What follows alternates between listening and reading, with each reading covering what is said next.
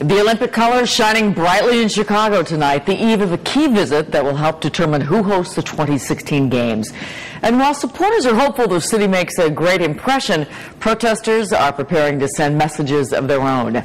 Members of the International Olympic Committee arrive tomorrow for a week-long visit. Chicago's competition, the cities of Tokyo, Rio de Janeiro, and Madrid. ABC 7's Kevin Roy joins us live for a look at the efforts to make Chicago stand out. Kevin? Ron and Kathy, I have to say it's quite possible the city of Chicago has never looked better than it does right now. This is an amazing backdrop here as the city is trying to impress members of the International Olympic Committee. They'll be arriving tomorrow, and as they do, there will be 3 separate protests going on. One of those groups says Chicago simply can't afford it. Chicago is all aglow in Olympic spirit tonight. The skyline lit up in the colors of the Olympic rings as the city puts on its best face for members of the International Olympic Committee. We'll be successful in October. Thank you very much. Mayor Daley being cheered tonight as the cover boy of Michigan Avenue magazine and biggest booster of Chicago's Olympic effort.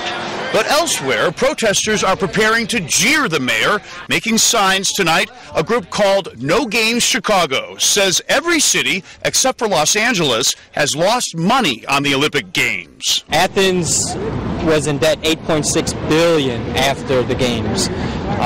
Vancouver's on track to lose money. Majority of Olympic Games lose money. Cost estimates have soared in London for the 2012 Games, in part because of the recession, and taxpayers will likely be stuck with much of the bill.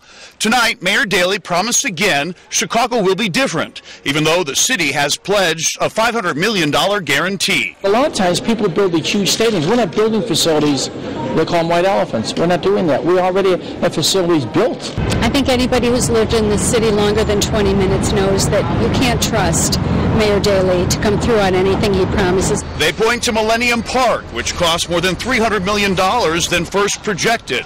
But Chicago 2016 says most people, 78% surveyed recently, are in favor of Chicago hosting the Games, and the protests should have little effect. The IOC is accustomed to protesters wherever they go.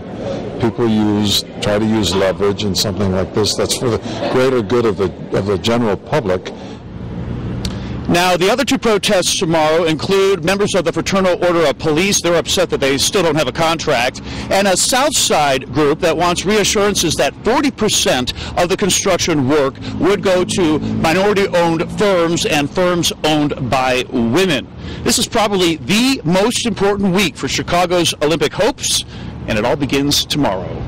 Live in Grant Park, Kevin Roy, ABC 7 News. Ron? All right, thanks, Kevin.